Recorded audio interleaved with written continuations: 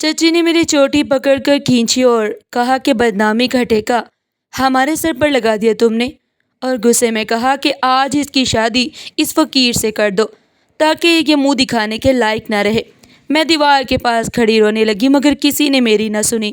کچھ دیر بعد مولوی آیا اور وہ لنگڑا فقیر چوڑی پکڑے اندر آیا۔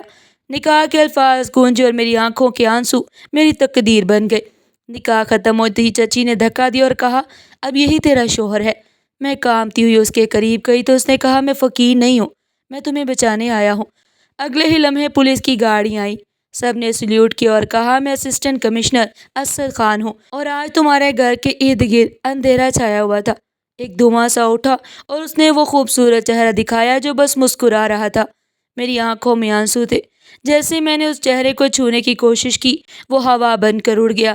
میں چیخ کے ساتھ نیند سے جاگی اور آج پھر وہی خواب میری آنکھوں کے سامنے آ گیا۔ میں کھڑکی سے باہر دیکھ کر خاموش رہی کیونکہ باہر ہلکی سی دھند تھی اور صبح بھی ہونے میں وقت تھا۔ میں اٹھ کر تہجد پڑھنے لگی۔ یہی میرا 4 سال سے معمول تھا کہ میں 5 وقت کی نماز کے ساتھ تہجد بھی پڑھتی تھی۔ تہجد کے بعد قرآن کھول کر بیٹھ کے اور دعا کے بعد کپڑے استری کرنے لگی جو 3 سال سے وہی پہن رہی تھی۔ اب مجھے نئے کپڑے کون دیتا بھلا؟ میں دوپٹہ سیدھا کیا اور جیسے سڑک پار کرنے لگی تو ایک فقیر میرے راستے میں آ گیا۔ میں ایک دم گھبرا گئی۔ وہ فقیر لنگڑا تھا اور بھوکا دکھائی دے رہا تھا۔ اس نے ہاتھ بڑھایا اور کہا کچھ کھانے کو دے دو، مجھے بہت بھوک لگی ہے۔ میں جو کام کے لیے گھر سے نکلی تھی اور اپنے ہاتھ میں احتیاطاً کچھ نہ کچھ لے آئی تھی، اسے میں نے جلدی سے بیگ سے ایک سیب نکالا اور فقیر کو دے دیا، پھر وہاں سے چل دی کیونکہ مجھے گھر جلدی پہنچنا تھا۔ آج آپا سلمہ کے لیے رشتہ آنا تھا اور میں جانتی تھی کہ چچی نے گھر کے سارے کام میرے انتظار میں رکھے ہوں گے۔ اس وقت طنز اور طعنے الگ برداشت کرنے پڑتے ہیں۔ میری قسمت میں جیسی چیزیں تھیں وہی رہ گئی تھی۔ مجھے سمجھ نہیں آتی تھی کہ میں نے کون سا بڑا گناہ کیا جس کی سزا مجھے چچا اور چچی کی شکل میں مل رہی تھی۔ پھر جب میں گھر پہنچی تو چچی نے زور سے کہا میڈم کون سا کام تھا کہ اتنا لیٹ آئی ہو؟ میں نے حیرت سے چچی کی جانب دیکھا اور پھر اپنے ہاتھ میں بندی وہ معمولی مگر میرے دل کے قریب گھڑی دیکھی۔ بس 10 منٹ لیٹ ہوئی تھی۔ میں نے گہرا سانس لیا مگر فائدہ نہ تھا کیونکہ یہاں میری کسی نے سننی ہی نہیں تھی۔ میں نے جلدی سے فائل ایک طرف رکھی اور چائے کی کڑاہی میں چونک دی۔ میں سب کام جلدی سمیٹ رہی تھی تاکہ تھوڑا آرام کر سکوں۔ پیٹ میں بھوک کی عجیب آوازیں آ رہی تھی مگر کھانے سے کچھ لینے کا مطلب اپنے نام کے ساتھ بدنامی جوڑنا تھا۔ اس لیے میں صبر سے کام لیتی رہی اور سارا کھانا مہمانوں کے لیے رکھ دیا۔ آپا سلمہ کے لیے جب بھی کوئی رشتہ آتا تو گھر میں خصوصی تیاریاں ہوتی تھی اور شاید میری قسمت میں سکون نہیں تھا کہ ان کے مطالبات ہمیشہ ٹھکرائے گئے۔ میں سارا کام سمیٹ کر بیٹھی تھی جب چچی نے بلند آواز میں کہا یہاں تمہیں آرام کی جگہ نہیں ملے گی، وہاں مہمان کھانے کا انتظار کر رہے ہیں۔ چچی ہمیشہ اتنا کھانا اس لیے بنواتی کہ ان کی مہمان نوازی دیکھ کر کوئی آپا سلمہ کے لیے ہاں ہی کہہ دے۔ میں کھانا ٹرے میں رکھ کر ڈرائنگ روم میں گئی جہاں لڑکا بھی موجود تھا جو آپا سلمہ کو دیکھنے آیا تھا۔ اس کی نظریں مجھے گھورتی رہیں تب اس کی ماں خوش دلی سے بولی کیا یہ بھی آپ کی بیٹی ہے؟ آپ نے اس کے لیے رشتہ کیوں نہیں مانگا؟ ہمیں یہ بچی بہت پسند آئی ہے۔ وہ خود سوال کر کے خود ہی جواب دے رہی تھی مگر میری ساس نے رشتے کی بات سن کر خاموشی اختیار کر لی اور کہا کہ یہ بیوہ ہے۔ میں جانتی تھی اس سے میری زندگی میں مزید مشکلات آئیں گی اور مجھے بچانے والا کوئی نہیں تھا۔ چچی نے قہر بھرے انداز میں مجھے اندر جانے کا کہا۔ میں اندر دروازے کے پاس کھڑی ہو کر اندر ہونے والی باتیں سن رہی تھی۔ میری آنکھیں آنسوؤں سے بھر آئیں۔ بیوہ لفظ سننا میرے لیے آسان نہیں تھا۔ پھر کسی نے کہا یہ میری بھتیجی ہے۔ میرے مرحوم بیٹے کا نام کاشف تھا اور وہ 4 سال سے بیوہ ہے۔ اس کا بچہ بھی 3 مہینے بعد فوت ہو گیا۔ تو لوگ کہتے ہیں یہ بدقسمت ہے ورنہ کون ایسا کرے کہ خود خوشیاں کھو دے۔ میں خاموشی سے کچن میں چلی گئی اور سوچنے لگی کہ یہ باتیں مجھے تسلیم کرنا ہوگی کیونکہ یہ باتیں جھٹلائی نہیں جا سکتی۔ چچا نے مجھے اپنے پاس رکھا تھا اور کہا میں اپنے بیٹے کی آخری یاد ہوں۔ شروع میں اس کو حوصلہ سمجھا کہ کم از کم چھت تو سلامت ہے مگر وقت گزرتا گیا اور محسوس ہوا کہ یہاں رہنے کا فیصلہ غلط تھا۔ بچی کو کچھ عجیب سا مسئلہ تھا میرے ساتھ۔ جب میرا حمل ضائع ہوا تو سب کا رویہ بدل گیا۔ اب ہر روز مجھے تہمت کا سامنا تھا۔ جب دل چاہتا مجھے برا بھلا کہا جاتا اور گھر سے نکالنے کی دھمکی آتی رہی۔ میں نے کہا مجھے کاشف کی قبر پر جانا ہے تو منع کیا گیا مگر میں بہانوں سے نوکری حاصل کرنے میں کامیاب ہو گئی۔ اب مجھے چچی کی نرمی سمجھ آنے لگی لیکن معلوم تھا کہ یہ وقتی ہے اور دوبارہ وہی سلوک شروع ہوگا۔ میں نے شام کو اکثر قبرستان جا کر دعائیں کی اور کچھ باتیں اس سے کہہ لیتی تھی۔ ایک روز جب میں کام پر مصروف تھی تو آپا سلمہ میرے پاس آئیں اور بالوں سے پکڑ کر کہا، تم نہیں چاہتی کہ نکاح کر لوں؟ تم اپنی شکل کو سوالیہ بنانا چاہتی ہو کیا؟ شرم نام کی کوئی شے ہے تم میں روئی اور چپ ہو گئی کیونکہ مجھے سمجھ نہیں آ رہا تھا کہ یہ سب میرے ساتھ کیوں ہو رہا ہے اور کہاں سے انصاف کی امید رکھوں، مگر اب مجھے حقیقت معلوم کرنی تھی کہ آخر وہ کیا کہنا چاہتی تھی، ان کی بات کا کیا مطلب تھا۔ ابھی تو میں خاموش رہی کیونکہ چچی مجھے طنز و تانے دے رہی تھی، مگر میرے دماغ کی ڈور بس سلمہ آپا کی باتوں میں جڑی تھی۔ اب کھڑی کھڑی میرا منہ کیا دیکھ رہی ہو؟ جاؤ دفع ہو جاؤ، اور اب کبھی کسی مہمان کے آگے مت جانا۔ میں اپنی آنکھیں صاف کرتی کچن سے نکل کر کمرے میں چلی گئی، جس کی دیواریں ویران تھی کیونکہ وہاں مجھے اپنی اور اپنے شوہر کی کوئی تصویر لگانے کی بھی اجازت نہیں تھی۔ اگلی صبح میں پھر کام پہ نکل پڑی۔ سارا دن خوار ہونے کے بعد کاشف سے ملنے جا رہی تھی کہ قبرستان کے باہر بیٹھا اور بوڑھا فقیر میرے پاس آیا۔ اس نے مجھ سے کچھ پیسے مانگے، میں نے جیب میں ہاتھ ڈالا اور کچھ پیسے ان کے ہاتھ پہ رکھ دیے، لیکن وہ فقیر مجھے عجیب و غریب نگاہوں سے دیکھ رہا تھا۔ ایک مرتبہ تو میں اس کی نگاہوں سے گھبرا گئی، مجھے سمجھ نہیں آ رہی تھی کہ میں کیا کروں۔ میں جلدی سے قبرستان سے باہر نکلی، تبھی میرے قدم اس فقیر کی بات پر تھم گئے جب اس نے کہا کہ کون ہے تمہارا یہاں پر جو تمہیں اتنا پیار تھا کہ تم روز یہاں آتی ہو؟ جبکہ میں نے اس بوڑھے آدمی کو پہلی بار یہاں دیکھا تھا۔ وہ فقیر پہلے کبھی یہاں نہیں دکھائی دیتا تھا، البتہ کل وہ مجھے گھر کے راستے پر ہی ملا تھا۔ بھلا اس کو کیسے پتا کہ میں یہاں روز آتی ہوں؟ میں نے کافی حیرانگی سے اس کی طرف دیکھا، مگر اس نے اپنی پلکیں نہ چپکائیں۔ میں اس وقت اکیلی تھی، اسی لیے گھبرا گئی اور جلدی سے گھر کی طرف چل پڑی۔ تبھی وہ کہنے لگا کہ کچھ بھی کر لو مگر تمہاری قسمت بہت جلد چمکنے والی ہے۔ میں فقیر کو کوئی جواب نہیں دیا اور اپنے قدم مزید تیز کر لیے۔ میں گھر پہنچی تو ہانپ رہی تھی۔ چچی نے میری حالت دیکھی تو بیڈ سے طنز کے تیر چلانے لگی۔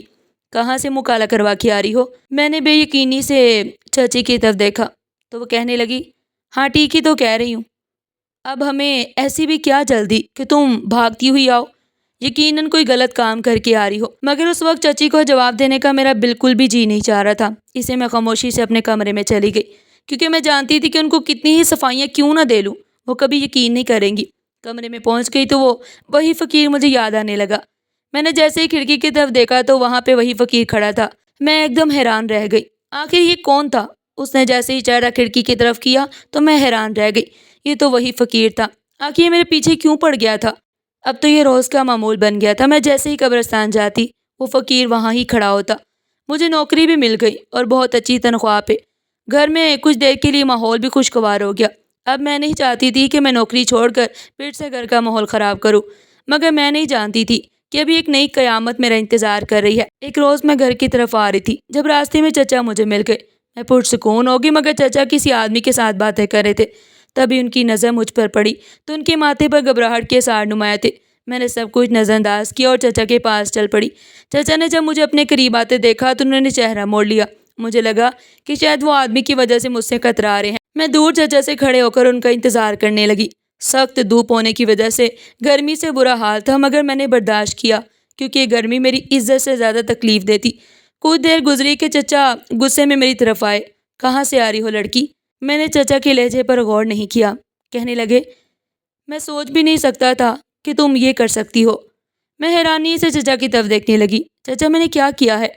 مجھ سے اب زبان مت لڑا۔ چچا غصے سے گلی میں کھڑے ہو کر مجھ پر چلانے لگے۔ پاس سے گزرے کچھ لوگ ہم دونوں کی طرف دیکھ کر کھڑے ہو گئے۔ مجھے عجیب سی شرمندگی ہونے لگی، ایک نئی مصیبت تھی۔ چچا ہم گھر جا کر بات کرتے ہیں، یہاں سب لوگ دیکھ رہے ہیں، مناسب نہیں لگتا۔ میں نے چچا کو سمجھانے کی کوشش کی مگر وہ مزید مجھ پر بھڑکنے لگے اور کہنے لگے، تم نے عزت میں ہمارے لیے کچھ چھوڑا ہی نہیں تو دوسرے ہماری عزت خراب کریں گے۔ مجھے چچا کی باتوں پر اب غصہ آنے لگا تھا۔ تبھی میں خاموشی سے گھر کی طرف چل پڑی۔ میں نے سنا تھا کہ اپنے سائے کی طرح ہوتے ہیں جو دھوپ میں اپنی پرچھائی سے سکون مہیا کرتے ہیں۔ میں جن اپنوں میں تھی وہاں حالات بہت مختلف تھے۔ یہ تو مجھے کڑی دھوپ میں کھڑا کر دیتے تھے جہاں میں جھلس جاتی تھی۔ میری آنکھوں سے مسلسل آنسو بہہ رہے تھے۔ مجھے وہ فقیر تو بھول ہی گیا تھا، یا تھا تو بس کاشف۔ کاش آج وہ زندہ ہوتے تو مجھے یہ در در کی ٹھوکریں نہ کھانی پڑتی۔ میں حیران تھی کہ میں اتنی تکلیف برداشت کیسے کر رہی ہوں، کیسے زندہ ہوں۔ یہ سب کچھ میرے لیے آسان نہیں تھا، مگر کاشف کی محبت اور اس کی وفاداری نے مجھے مجبور کر دیا تھا کہ میں اس کے جانے کے بعد ساری زندگی اس کے نام پہ گزار دوں۔ میں گھر آئی تو گھر ایک نیا محاذ کھڑا تھا۔ آپا سلمہ کے آج پھر کوئی رشتہ والے آ رہے تھے، یعنی آج پھر شامت آنی تھی۔ مجھے سارا دن کام کرنے کے باوجود باتیں سننی تھی، اور اگر کسی کی نظر مجھ پر پڑ جاتی تو میری شام مزید اداس ہوتی۔ یہ سب سوچتے ہوئے میں بہت افسردہ تھی، مگر میں کر بھی کیا سکتی تھی؟ مجھے سب کچھ جانتے بوجھتے بھی برداشت کرنا پڑتا تھا، کیونکہ میرا اور کوئی ٹھکانہ تو نہیں تھا۔ یعنی اگر یہ لوگ مجھے گھر سے نکال دیتے تو میں کہاں جاتی؟ بس یہی سوچ کر میں ہر ظلم برداشت کرتی رہی۔ کچھ دیر بعد چچا بھی گھر لوٹ آئے اور مجھے چیخ چیخ کر بلا رہے تھے۔ میں جو کچھ دیر کے لیے کمرے میں گئی تھی تاکہ سکون کا سانس لے سکوں، چچا کی آواز سن کر میں ایک دم گھبرا گئی۔ یہ کیا ماجرا تھا؟ میں بھاگتی ہوئی کمرے سے باہر نکلی تو چچا بہت غصے میں کھڑے تھے۔ جی چچا، آپ نے بلایا؟ چچا سے سوال کرنے پر چچا نے آؤ دیکھا نہ تھا اور میرے چہرے پر زوردار تھپڑ دے مارا۔ میں دنگ رہ گئی۔ میں نے بے یقینی سے چچا کی جانب دیکھا تو وہ کہنے لگے، ایسا کیا دیکھ رہی ہو؟ تم یہ تھپڑ بہت پہلے پڑ جانا چاہیے تھا، کم از کم میرے مرحوم بیٹے کی عزت تو بچ جاتی۔ اس قدر تمہارا معیار گرا ہوا ہے کہ تم ہمارے بیٹے کے مقابلے میں ایک فقیر کے ساتھ ہو۔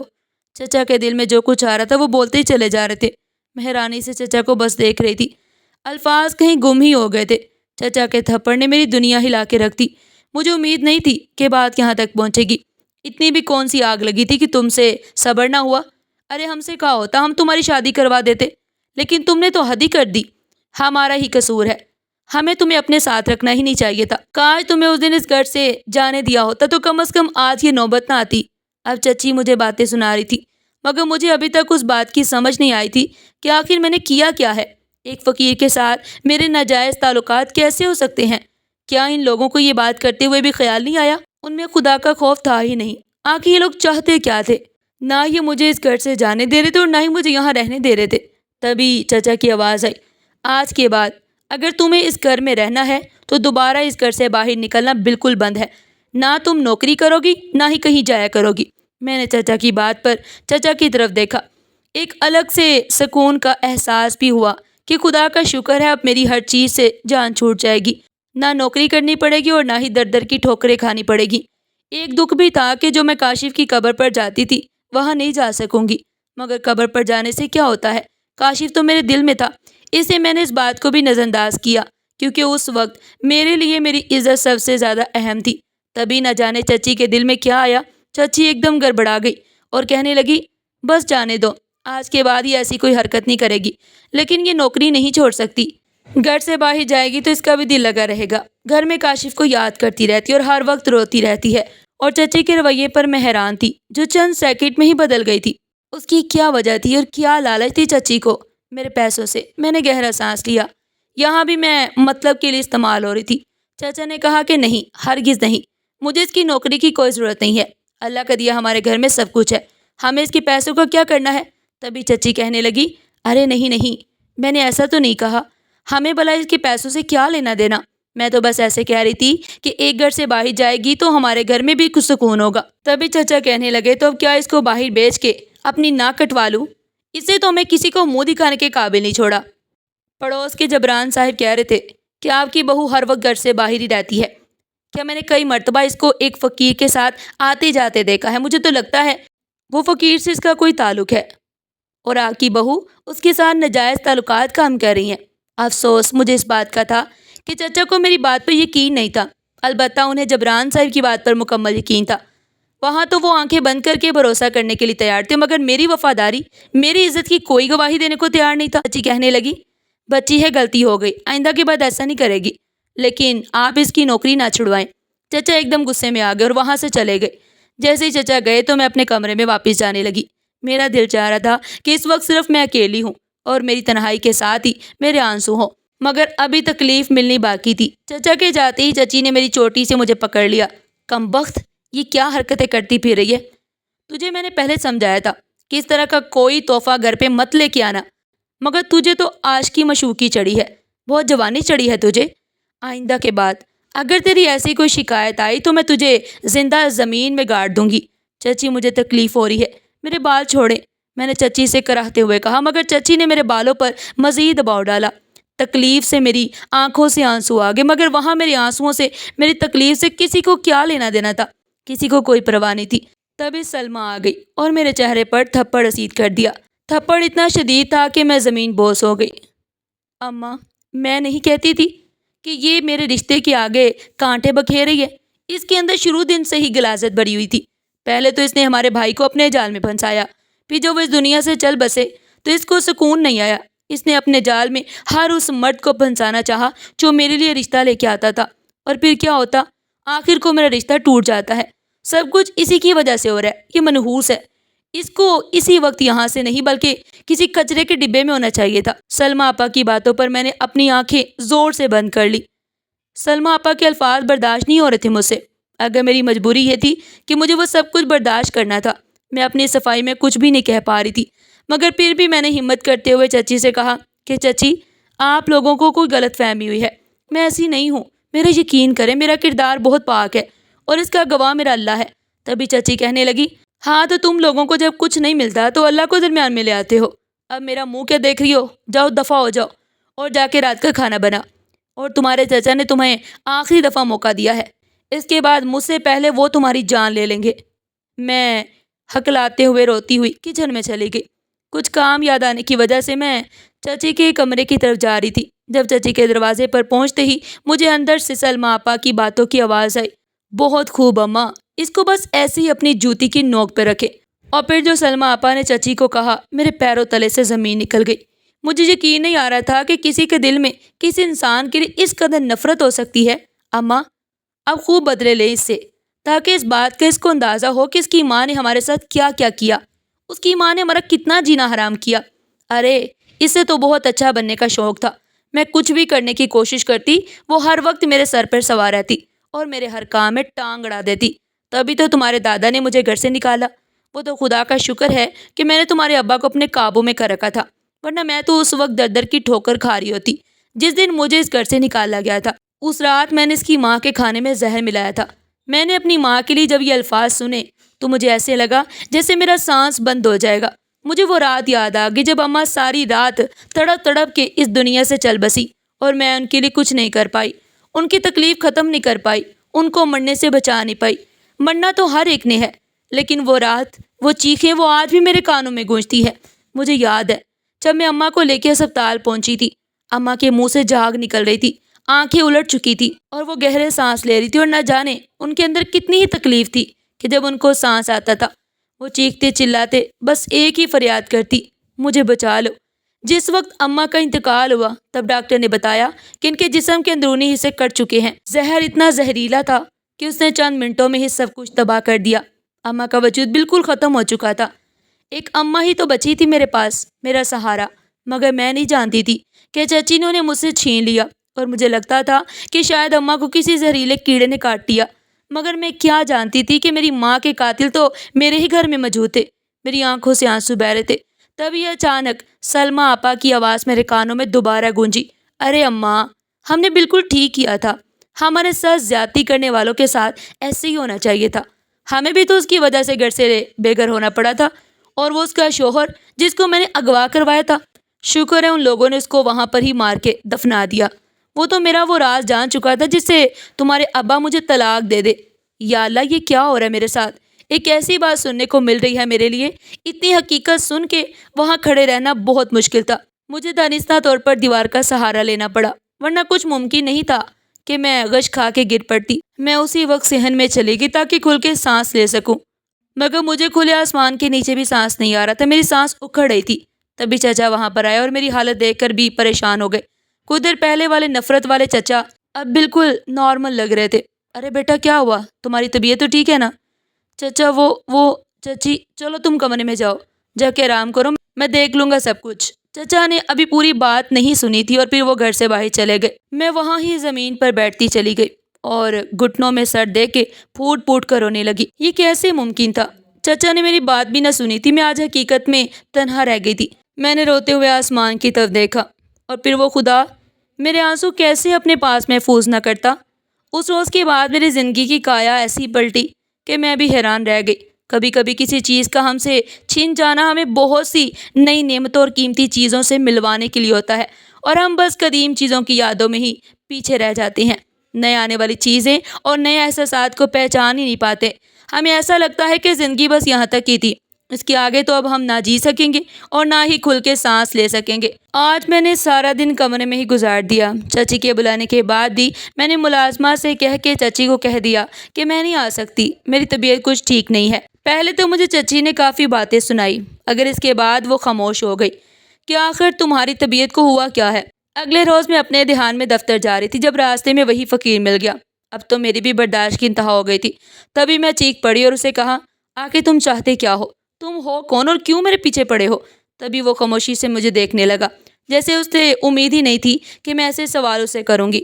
تبھی میرے دل میں خیال آیا کہ وہ محض ایک فقیر ہے اور مجھ سے زیادہ کیا چاہتا ہوگا کہ میں اس کو چند پیسے دے دوں، اس کو کچھ کھانے کو دے دوں۔ لیکن اگلے ہی لمحے اس نے ایسی بات کی کہ میرے ہوش اڑ گئے۔ میں تمہیں چاہتا ہوں، تمہیں اپنا بنانا چاہتا ہوں، تم بہت خوبصورت ہو۔ یہ الفاظ ایسے تھے جیسے خنجر جو میرے سینے میں پیوست ہو گئے۔ ابھی میں خود کو سنبھال پاتی تبھی چچا میرے پیچھے آ کھڑے ہوئے اور کہنے لگے، یہی تھی تمہاری اصلیت؟ یہی تم دکھانا چاہ رہی تھی نا؟ اور تم تو کہہ رہی تھی کہ تمہارا ایسا کوئی چکر نہیں، تو یہ کیسے تمہیں اپنے ساتھ زندگی گزارنے کا کہہ رہا ہے؟ چچا کی بات سن کر میں مزید پریشان ہوگی۔ یہ سب کیا معاملات تھے؟ مجھے خود سمجھ نہیں آ رہا تھا۔ تبھی چچا نے میرا ہاتھ پکڑا اور مجھے گھر لے گئے اور گھر آ کر کہنے لگے، اور بھیجو اس کو باہر۔ منع کرتا تھا میں کہ اس کو مت بھیجنا باہر، لیکن تم نے میری ایک نہ سنی، اس نے ہماری ناک کٹوا دی۔ چچا چچی پر چلا رہے تھے۔ ابھی تو نہ جانے اور کتنی رنگ رلیاں منانی تھی۔ شکر خدا کا کہ آج میں خود اس کا پیچھا کرتے ہوئے اس کے پیچھے پیچھے گیا تاکہ حقیقت کا پتہ لگا سکوں۔ اور تم کل جبران صاحب کو کہہ رہی تھی کہ وہ جھوٹ بول رہے ہیں۔ تمہارا اپنے بارے میں کیا کہنا ہے؟ اب ایک منٹ بھی میں اس کو اپنے گھر میں برداشت نہیں کروں گا۔ میں ابھی مولوی صاحب کو بلاتا ہوں اور اس کی شادی اسی فقیر سے کر دیتا ہوں تاکہ یہ بھی اپنے گھر میں راضی رہے اور ہم بھی۔ مجھے ابھی اپنی بیٹی کی بھی شادی کرنی ہے۔ اگر اس کا یہی کارنامہ رہے تو میں اپنی بیٹی کی شادی کیسے کروں گا؟ چچی نے میری چوٹی پکڑ کے کھینچا۔ بدنامی کا توق ہمارے سر ڈال دیا، چچا نے غصے سے کہا۔ آج اس کی شادی اس فقیر سے کر دو تاکہ ہم بھی کسی کو منہ دکھانے کے قابل رہیں۔ میں دیوار سے لگ کے رونے لگی۔ ایک ایسا طوفان تھا جو میری زندگی میں آ گیا تھا۔ میں نے تو کبھی سوچا بھی نہیں تھا کہ میرے ساتھ ایسا بھی کچھ ہو گیا۔ شوہر کے چلے جانے کے بعد عورت کی زندگی ختم ہو جاتی ہے یا ہر کوئی عورت پر حکمران بیٹھ جاتا ہے؟ صحیح کہتے ہیں لوگ کہ شوہر سر کا سائیں ہوتا ہے، پر وہ اس گھنے درخت کی طرح ہوتا ہے جو پھل بھی دیتا ہے اور سایہ بھی۔ اور جب وہ درخت کٹ جاتا ہے تو اس میں نہ پھل لگتے ہیں اور نہ ہی دھوپ سے کوئی ہمیں بچا سکتا ہے۔ آج مجھے بہت یاد آ رہی تھی، کاش آج وہ یہاں پر ہوتا، وہ دیکھتا کہ اس کے گھر والے میرے ساتھ کیسا سلوک کر رہے ہیں۔ مگر میں یہ سوچ کے خود کو پرسکون کر چکی کہ وہ جہاں کہیں بھی ہے وہ میرے گھر کی تکلیف سے واقف ہے۔ میں روز قیامت تک چچا چچی کو معاف نہیں کروں گی۔ مگر وہ کہتے ہیں نا کہ ہمیشہ جو دکھتا ہے ویسا نہیں ہوتا، تو جیسا نظر آتا ہے ویسا ہوتا نہیں۔ میرے ساتھ ہی کچھ ایسا ہوا۔ میں مسلسل رو رہی تھی اور چچی سے کہہ رہی تھی کہ آپ لوگوں کو کوئی غلط فہمی ہوئی ہے، میں ایسی نہیں ہوں۔ مگر اس وقت کسی نے میری ایک نہ سنی۔ کچھ دیر بعد مولوی آیا اور وہ لنگڑا فقیر چھری ٹیکتا ہوا اندر آیا۔ نکاح کے الفاظ گونجے اور میری آنکھوں کے آنسو میری تقدیر بن گئے۔ کچھ ہی لمحوں میں میں کاشف کی بیوہ سے ایک فقیر کی بیوی بن گئی۔ نکاح ختم ہوتے ہی چچا نے دھکا دیا، جا اب یہی تیرا شوہر ہے۔ میں کامتی اس کے قریب گئی تو وہ بولا، میں فقیر نہیں ہوں، میں تمہیں بچانے آیا ہوں۔ یہ بات اس نے بہت رازداری میں کی۔ میں نے جیسے ہی آنکھیں اٹھا کے دیکھا تو اس کی خوبصورت آنکھیں بہت پرکشش تھی۔ کون ہو تم؟ تبھی اس نے میرے ہونٹوں پر ہاتھ رکھا اور کہنے لگا، بالکل چپ ہو جاؤ، ابھی کسی سے کچھ مت کہنا، بس کچھ وقت ٹھہرو اور اس کے بعد تم تماشا دیکھو کہ میں تمہارے ساتھ ظلم کرنے والوں کے ساتھ کیسے سلوک کرتا ہوں۔ اسی لمحے ہر طرف سائرن کی آواز بجنے لگی۔ سب لوگ دھنگ رہ گئے کہ یہ کیا ہو رہا ہے۔ تبھی وہ فقیر یعنی ارسلان نے میرا ہاتھ پکڑا اور مجھے اپنی طرف کھینچا۔ اگلے لمحے پولیس کی گاڑیاں آئیں جس میں سے پولیس کے لوگ باہر نکلے، خود سپاہی بھی تھے۔ سب نے اس فقیر کو سلام کیا۔ میں جو آنکھیں پھاڑے منہ کھولے سب دیکھ رہی تھی۔ تبھی ارسلان نے میرے کان میں کہا، میں اسسٹنٹ کمشنر ارسلان ہوں اور آج سے تم اسسٹنٹ کی بیوی ہو۔ مجھے سمجھ نہیں آ رہا تھا کہ میں خوشی کا اظہار کروں یا ارسلان کو ہمیشہ کے لیے الوداع کہنے پر افسوس، مگر جو بھی تھا میں بھی اسسٹنٹ کی بیوی بن چکی تھی۔ تبھی میرے شوہر نے میری چچی کی طرف اشارہ کیا اور کہنے لگا، یہ ہے وہ مجرم جس نے میری بیوی کے گھر والوں کو قتل کیا۔ اب سلمہ کے ابا کی طرف اشارہ کر کے کہنے لگے، یہ ہے وہ عورت جس نے میری بیوی کے سابقہ شوہر اور میرے بہترین دوست کا قتل کیا۔ میں ارسلان کی باتیں سن کر دھنگ رہ گئی۔ ایسے کیسے ممکن تھا؟ ارسلان کا دوست کیسے ہو سکتا تھا؟ میری آنکھوں سے مسلسل آنسو بہ رہے تھے۔ میں نے ارسلان کی طرف بے یقینی سے دیکھا۔ اس نے میرا ہاتھ مضبوطی سے تھام لیا اور کہنے لگا، میں سچ کہہ رہا ہوں، کاشف میرا بہت اچھا دوست تھا۔ ہم دونوں نے ایک دوسرے کے ساتھ ہی تعلیم حاصل کی تھی۔ پھر جس روز کاشف کا ایکسیڈنٹ ہوا اس روز اس نے مجھے فون کر کے اپنے پاس بلایا اور کہنے لگا، میرا قاتل ہمارے گھر میں ہی موجود ہے۔ پہلے تو مجھے تم پر شک ہوا، پھر آہستہ آہستہ مجھے حقیقت پتہ چلنی شروع ہوئی، تو میں نے ہر راز سے پردہ اٹھانا شروع کر دیا، اور پھر مجھے پتہ چلا کہ میرے دوست کا دشمن کوئی اور نہیں بلکہ اس کے ہی گھر والے ہیں۔ یہ بات مجھے بالکل بھی گوارا نہیں تھی کہ تم ان سب میں رہ کر برباد ہو جاؤ، اسے میں تمہارا پیچھا کرنا شروع کیا اور سب کچھ شک میں ڈال دیا۔ اگر اس سب میں ایک شخص جو تمہارے ساتھ رہتے ہوئے بھی میرے ساتھ تھا، وہ ہے تمہارے چچا۔ اس کی بات سن کر میں بے یقینی سے چچا کی جانب دیکھنے لگی تو چچا کی آنکھوں میں آنسو آ گئے۔ انہوں نے آگے بڑھ کر میرے سر پر ہاتھ رکھا اور کہنے لگے، میں مانتا ہوں کہ مجھ سے غلطی ہوئی ہے، مگر میں ان لوگوں کی طرح ظالم نہیں ہوں۔ میں نے اپنی بیوی اور اپنی بیٹی کی تمام باتیں سن لی تھی کہ میرے بھائی اور بھابھی اور میرے بیٹے کو قتل کرنے والا کوئی اور نہیں بلکہ میری اپنی بیوی تھی۔ اس سے میں نے ارسلان کا ساتھ دینے کا سوچا اور ارسلان کو کہا کہ وہ کسی بھی طرح کر کے تم سے شادی کر لے۔ ارسلان کو بھی اس رشتے سے کوئی اعتراض نہیں تھا، اس لیے ہم نے سب کو دکھانے کے لیے اس کو فقیر بنایا اور تمہارے پیچھے لگایا تاکہ ہم سب تم پر الزام لگا سکیں اور پھر میں زبردستی تمہاری شادی ارسلان سے کر دوں۔ اور پھر کہتے ہیں نا کہ نیک کام میں اللہ بھی ساتھ ہوتا ہے، ہمارے ساتھ بھی کچھ ایسا ہی ہوا۔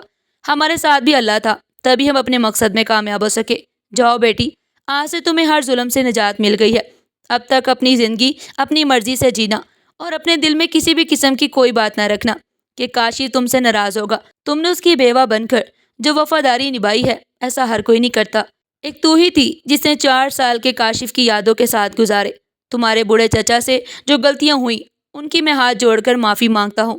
نہیں چچا، میں نے چچا کے جڑے ہوئے ہاتھ جلدی سے تھام لیے۔ چچا، میں آپ کو چھوڑ کر کہیں نہیں جاؤں گی۔ میں نے چچا کے ساتھ رہنے کا فیصلہ کیا کیونکہ چچی اور سلمہ آپا کو عمر قید کی سزا ہو گئی تھی۔ میں ارسلان سے اجازت لے کر کچھ روز کے لیے چچا کے گھر آ گئی کیونکہ چچا بہت بیمار رہنے لگے تھے۔ انہیں میں نے معاف کر دیا تھا کیونکہ وہ بھی ہر بات سے پہلے انجان تھے۔ ایک روز ان کے کمرے میں گئی تو چچا آنسوؤں کے ساتھ رو رہے تھے۔ میں نے ان سے کہا، آپ کو کیا ہوا؟ طبیعت تو ٹھیک ہے نا؟ تبھی کہنے لگے، میں نے تمہارے ساتھ اتنا برا کیا لیکن پھر بھی تم میرے لیے یہاں آ گئی ہو اپنا گھر چھوڑ کر۔ میں چاہتا ہوں کہ تم ارسلان کے پاس واپس جاؤ، اس کا خیال رکھو، اس کو تمہاری ضرورت ہے، وہ بہت اچھا لڑکا ہے، تمہیں بہت خوش رکھے گا۔ میں نے چچا سے کہا کہ میں ارسلان کی اجازت کے ساتھ یہاں پر آئی ہوں، جب تک آپ ٹھیک نہیں ہو جاتے میں یہاں سے کہیں نہیں جاؤں گی۔ چچا کہنے لگے، نہیں بیٹا، ایسا نہیں کہو، تم جاؤ اپنا گھر سنبھالو۔ کتنی ہی مشکلات کے بعد، کتنے ہی ظلموں کے بعد تمہیں یہ خوشی نصیب ہوئی ہے، تم اپنا گھر آباد رکھو۔ میرا کیا ہے، آج نہیں تو کل چلا جاؤں گا، پھر کب تک تم یہاں پر رہو گی؟ نہ جانے میری زندگی کب تک ہے۔ میں سمجھ سکتی تھی کہ ان کے دل میں کیا چل رہا ہے جب میں نے ارسلان کو فون کیا کہ میں چچا کو اپنے ساتھ رکھنا چاہتی ہوں۔ اگر چچا مجھے اپنے ساتھ یہاں پر نہیں رہنے دینا چاہ رہے تو ہم چچا کو اپنے گھر لے جاتے ہیں۔ ارسلان کے بھی والدین کا انتقال ان کے بچپن میں ہی ہو گیا تھا، تبھی سے ان کے رشتہ داروں نے انہیں پالا اور پھر جب وہ پڑھ لکھ کر اسسٹنٹ بن گئے تو وہ الگ رہنے لگے، اپنی زندگی جینے لگے۔ ایسے ہی وقت گزر گیا۔ ارسلان کو چچا سے کوئی مسئلہ نہیں تھا، ہم زبردستی چچا کو اپنے ساتھ لے گئے۔ چچا ہر وقت روتے رہتے اور اپنے گناہوں کی معافی مانگتے۔ کئی مرتبہ میں نے کہا کہ میں معاف کر چکی ہوں۔ کبھی کہتے کاش تمہاری چچی اور میری بیٹی نے میرے بیٹے کو نہ مارا ہوتا تو آج وہ میرے ساتھ ہوتی۔ میں چچا کی ہمت کی تعریف کی کیونکہ چچا نے اپنوں کا ساتھ نہیں دیا تھا بلکہ انصاف کیا تھا۔ وہ چاہتے تو اپنوں کا ساتھ دے سکتے تھے مگر انہوں نے اپنی عقل جمع کر لی۔ انسان بدلے کی آگ میں اس قدر گر جاتا ہے کہ وہ یہ تک بھول جاتا ہے کہ وہ اپنے لیے جہنم پیدا کر رہا ہے، کیونکہ انسان کی فطرت میں انصاف کرنا نہیں ہے۔ انصاف کرنے والی ذات تو صرف خدا کی ہے۔ جس طرح اس نے میرے ساتھ انصاف کیا، میرے 4 سال کے صبر میں خدا نے ارسلان جیسا تحفہ مجھے دیا جو انتہا درجے کا خوبصورت، احساس مند اور محبت کرنے والا شخص تھا۔ کاشف کے ساتھ گزارا وقت اس نے بہت جلدی مجھے بلا دیا۔ میں ارسلان کے ساتھ سانس لیتی تھی، اس کے ساتھ جیتی تھی، اس کے بنا جینے کا سوچ بھی نہیں سکتی تھی۔ تو دوسری طرف ارسلان بھی میرے ساتھ اتنا ہی مخلص تھا۔ آج ہم دونوں ایک دفعہ محبت کے ساتھ زندگی گزارے ہیں۔ خدا نے ہمیں بیٹے سے نوازا۔ چچا کا انتقال میری شادی کے 2 سال بعد ہی ہو گیا۔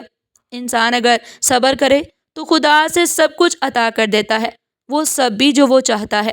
ناظرین، اگر آپ کو ہماری کہانی پسند آئی ہو تو چینل کو سبسکرائب کریں، ویڈیو پسند آئی ہو تو ویڈیو کو لائک کریں اور دوستوں کے ساتھ ضرور شیئر کریں۔ آپ کے ساتھ یہ سفر مزید دلچسپ ہوگا۔ میں چاہتی ہوں کہ ہر دل تک ہماری کہانیاں پہنچیں، اسی لیے چینل کو سبسکرائب کریں، لائک کریں اور شیئر کریں تاکہ محبت اور سبق سب تک جا سکے۔ پھر ملتے ہیں ایک نئی کہانی کے ساتھ، تب تک کے لیے اللہ حافظ۔